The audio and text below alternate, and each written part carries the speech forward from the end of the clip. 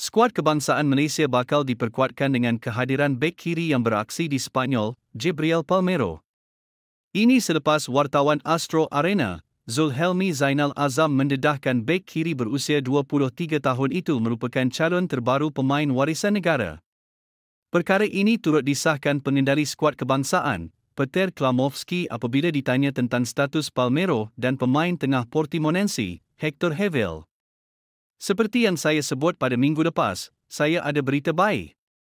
Kita ada dua pemain yang telah diluluskan, katanya. Hector Hevel, salah seorang daripadanya, dan Jibril Palmero yang beraksi dalam pasukan Division 3 di Sepanyol. Beliau juga ahli baru buat skuad Harimau Malaya. Kita amat teruja dan bagi saya, ini bukan tentang dari mana mereka datang. Mereka rakyat Malaysia dan kita akan menjadi satu pasukan Malaysia. Kredibiliti Nadzo Insa sejak kebelakangan ini sering menjadi mangsa pertikaian para peminat selepas mereka melihat kepada faktor umur serta impak pemain tersebut buat pasukan di atas padang. Misalnya, kehadiran Insa bersama Johor Darul Tazim, JDT, dalam saingan AFC Champions League Elite, ACLI, baru-baru ini kurang disenangi segelintir peminat kerana beliau dianggap lebih banyak memperlahankan corak permainan.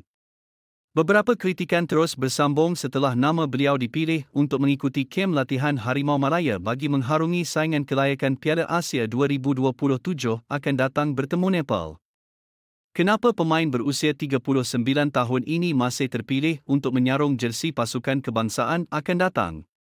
Mungkin itu antara pertikaian yang sering ditimbulkan oleh segelintir peminat kerana tidak berpuas hati mengapa Nadzo layak dipilih untuk bersama-sama Malaysia di pentas antarabangsa.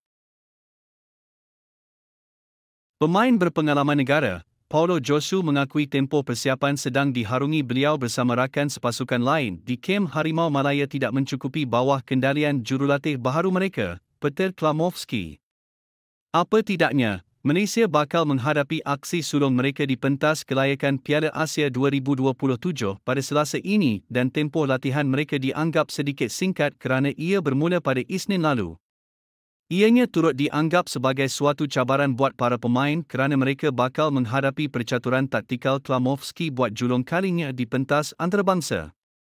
Sudah tentu para pemain memerlukan masa yang cepat untuk menyesuaikan diri serta memahami kaedah dan apa Klamovski mahu dalam permainan di sesi latihan. Ujar pemain Kuala Lumpur City, KL City, itu. Beliau mengakui tempoh persiapan yang ada kini sebenarnya tidak mencukupi buat para pemain lain memahami sepenuhnya apa diinginkan oleh Klamovski.